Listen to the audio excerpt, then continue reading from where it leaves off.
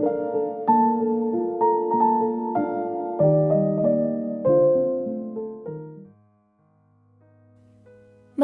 araw po sa inyong lahat.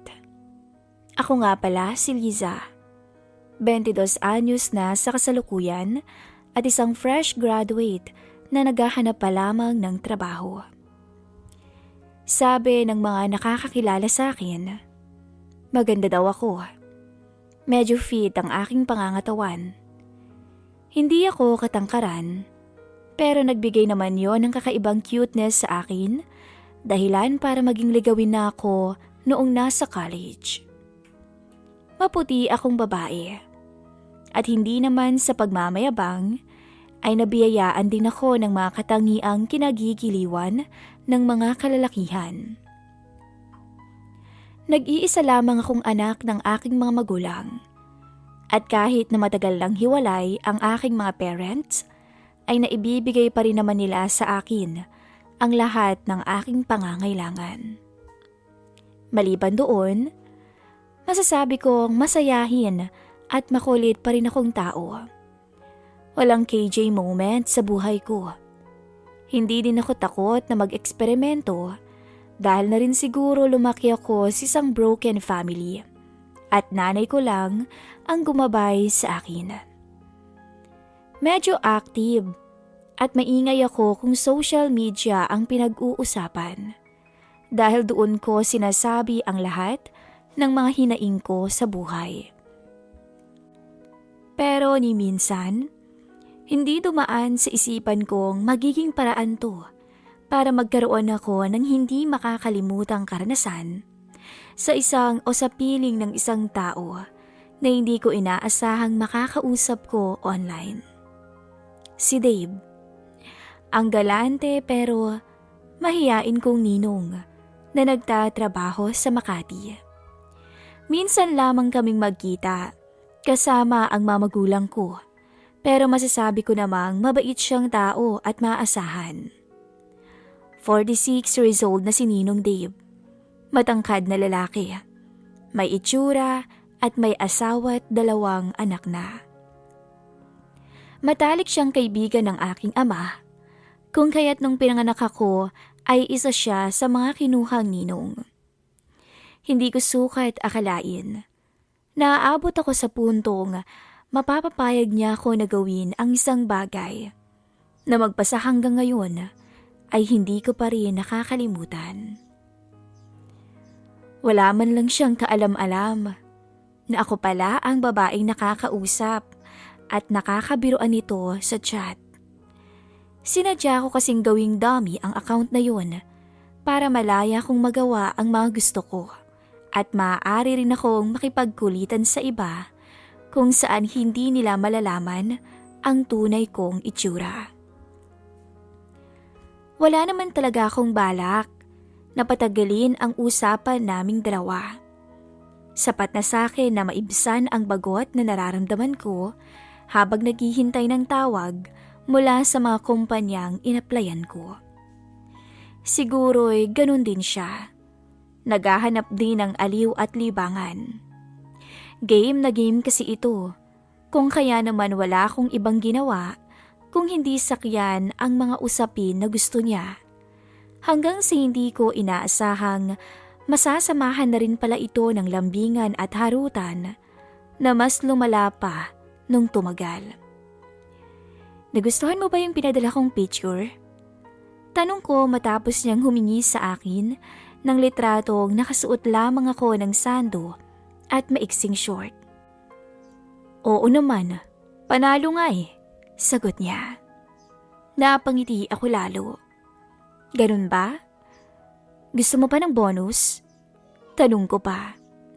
Dahil na rin sa pilya akong babae, mas lamang ang excitement ko sa magiging reaksyon niya sa hinahanda kong sorpresa.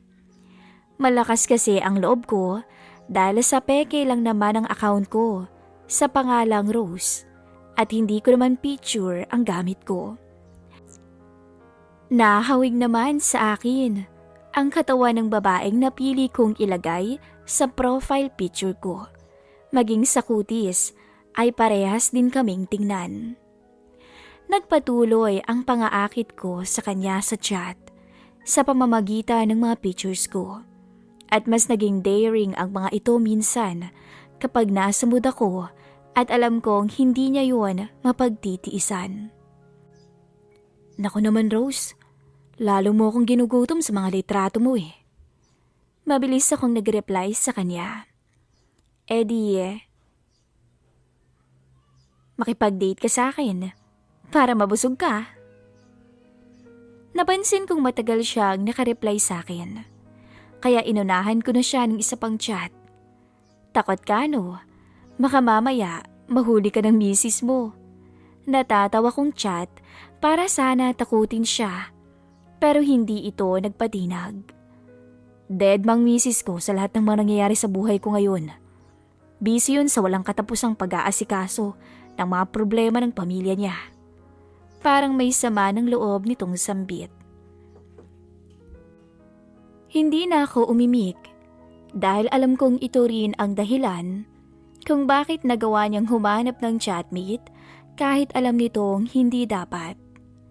Nagpatuloy ang usapan namin at kulitan hanggang sa matawa na lamang ako nang aminin niya ang gusto niyang makipagkita sa akin. Ngunit nagdahilan ako na busy ako sa ngayon. Kung nandito ka lang Rose, baka nagkasala na ako sa misis ko. Yun ay kung mahanap mo ko Dave. Biro ko. Pinag-isipan ko rin ang naging sagot ko kay Ninong. Dahil ayokong isipin itong may posibilidad talagang magkita kaming dalawa. Kaya kong iwan ang asawa ko para sa'yo Rose. Mas masaya naman ako kung magkausap tayong dalawa at naiintindihan mo rin ang sitwasyon ko. Lihim akong napabuntong hininga. Dahil hindi lamang ito ang unang beses na narinig ko yon mula sa kanya. Hanggat maaari, ayoko nang paasahin siyang totoong tao si Rose. Kung kaya naman siguro ito na ang tamang oras para matapos na ang libangan naming to. Kung magiging inactive ba ako simula sa susunod na buwan, malulungkot ka? Mabilis siyang sumagot. Halatang hindi pinag-isipan. Oo naman Rose, wala na akong makakausap araw-araw. Babalik na naman ako sa kakabusangot habang pinapakinggan ang mga reklamo at daing ng misis ko dahil sa dami ng problema ng pamilya niya. Nakonsensya man, pero alam kong hindi na magbabago ang desisyon ko sa sinabi niya. Hindi ba pwedeng sabihin mo sa kanya ang totoo Dave? Na mas mabuti siguro kung mag-focus na lang siya sa pamilya niyo kesa sa problemang hindi matapos-tapos. Sabi ko. Wala akong nagawa ng binago niya ang usapan na para bang nawala na talaga to ng pag-asa sa bagay na iyon. Gustuin ko mang kumbinsin ito, ngunit wala na rin akong nagawa nang hiniling niya kung pwede kaming maging masaya na lang daw o pwede bang maging masaya na lamang daw ang usapan naming dalawa. Hanggang sa katapusan. Pinagbigyan ko si Ninong Dave. Ginawa ko ang lahat para maging masaya pa rin kaming dalawa hanggang sa umabot yun sa huling request niya sa akin. Gusto nito na makausap ako sa video call. Kahit daw hindi nakikita ang mukha ko, basta daw magkausap kaming dalawa at marinig niya ang boses ko. Nagawan ko naman ito ng paraan sa pamamagitan ng tripod kung saan nakafocus lamang ang kamera sa kalahati ng katawan ko. Habang sinasadya ko namang hinaan at hinhina ng boses ko upang huwag niya akong makilala. Ang lambing pala ng boses mo Rose. Mahina akong natawa sa sinabi niya at sinadya pang ilapit ang sarili ko sa kamera. Hiniling kasi niya na magsuot ako ng manipis na pulang nighties na ginawa ko naman bilang goodbye gift na rin sa kanya. Siguro naman, hindi ka na malulungkot dahil nagawa ko na lahat ng gusto mo.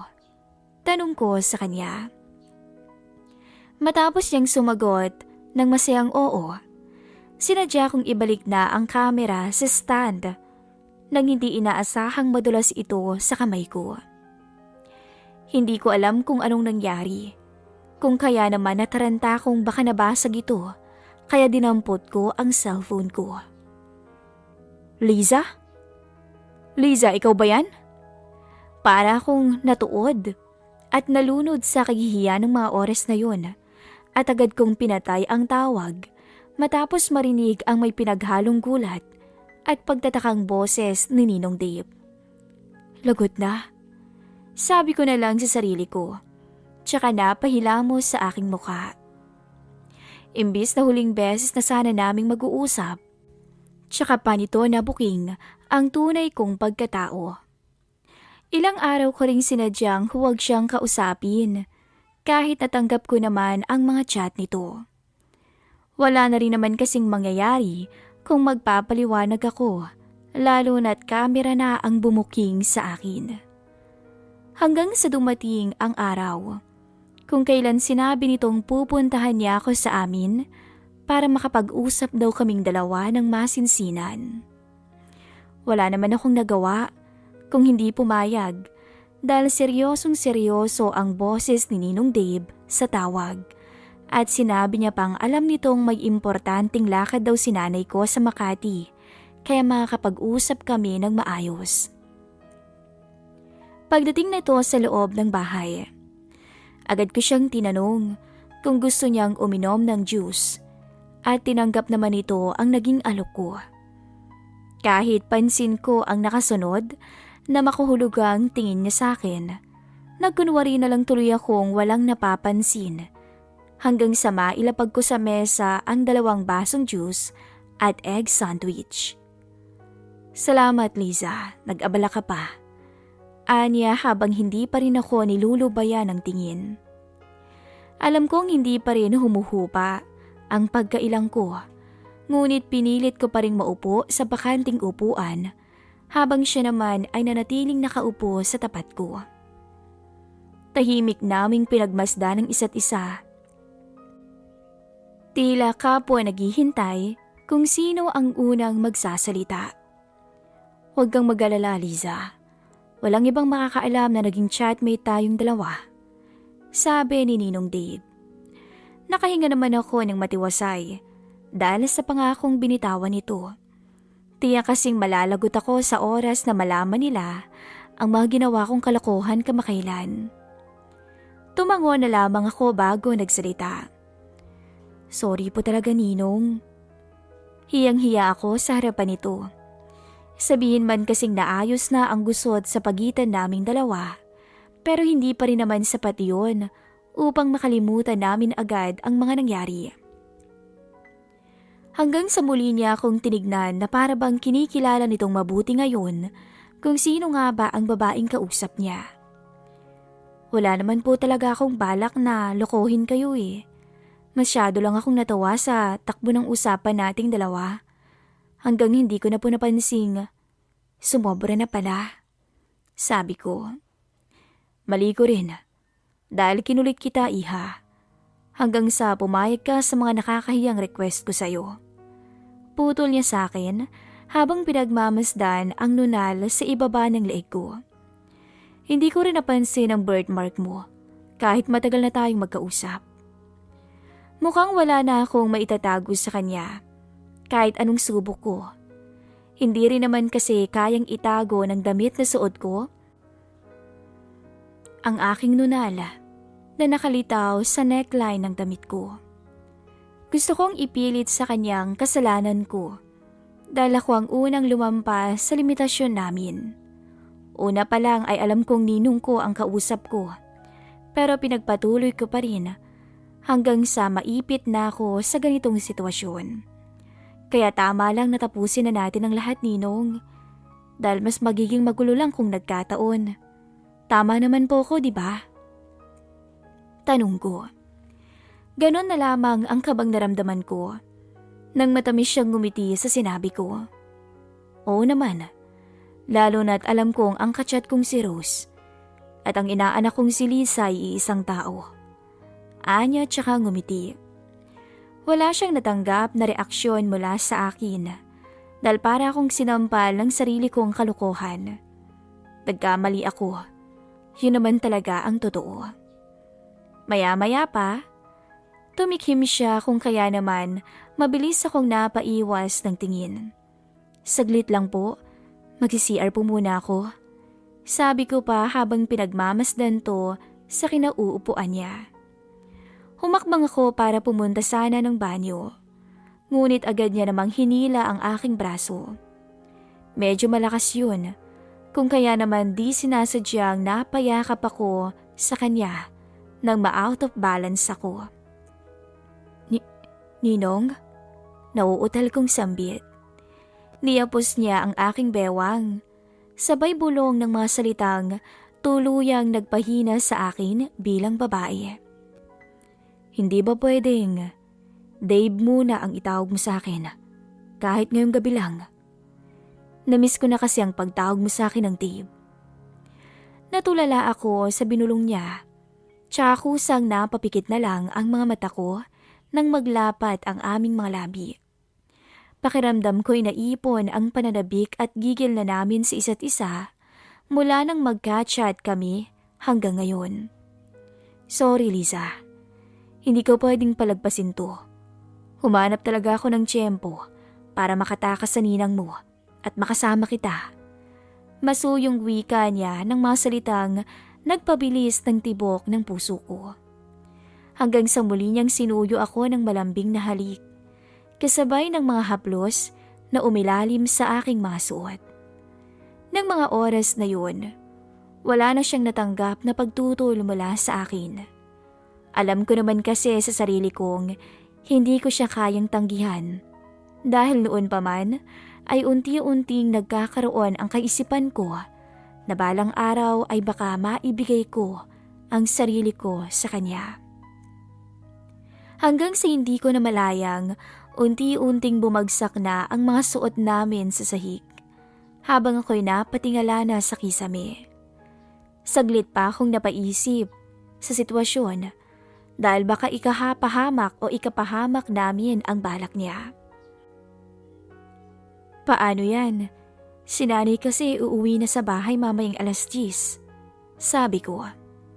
Ako na ang bahala kung paano ko lalabas mamayang madaling araw. Siguro naman, tulog na siya ng mga oras na yun. Hindi na ako nakapagsalita pa nang tuluyang dumapo ang makasalanang halik niya sa aking leeg, hanggang sa tuluyang buhati niya ako patungo sa kama ko. Malayo at mapusok na alapaap ang pinili naming puntahan ni Ninong Dave.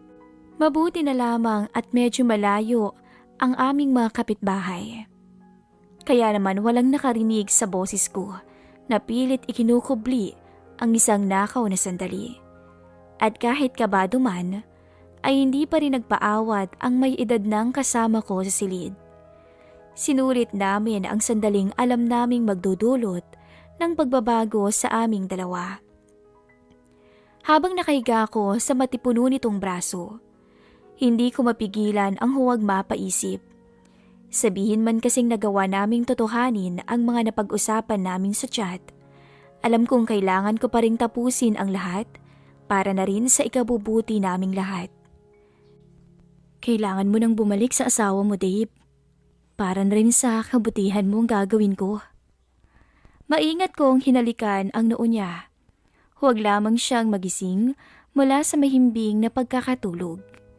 May lungkot sa aking pagkatao dahil sa naging desisyon ko, pero wala akong pinagsisisihan. Hindi naman ako ganon na kasamang tao para agawin to sa kanyang asawa, at mas lalong hindi rin ako makasarili para palakihin pa ang gusot na kinakaharap nilang dalawa. Oo, minsan mapaglaro at mapusok ako. Dala na rin siguro ng kagustuhan kong makapag-explore sa mga bagay-bagay sa aking edad. Pero hanggang doon na lang yun. Makalipas ang ilang buwang pananahimik, ay muli kaming nagkasalubong ni Ninong Dave sa mall habang kasama ko si Ken, ang office mate ko. Bahagya lang kaming nagkatinginan tsaka napangiti sa isa't isa. Hawak kasi nito ang mga pinamili nila ng aking ninang. Sa pagkakaalam ko, malayo na ang tinitirhan nila sa mga kamag-anak ni Ninang. Malamang, nagkasundo na rin ang mga itong itama ang mga maling desisyong pinili nila na muntik nang sumira sa kanilang pagsasama. Totoo ngang nakasalalay pa rin sa ating mga desisyon ang magiging direksyon ng ating buhay, mabuti man o masama, kasalanan man o hindi. Kailangan nating piliin kung ano ang mas makakabuti para sa ating kinabukasan. Hanggang dito na lamang po ang aking istorya at maraming salamat sa mga nakinig.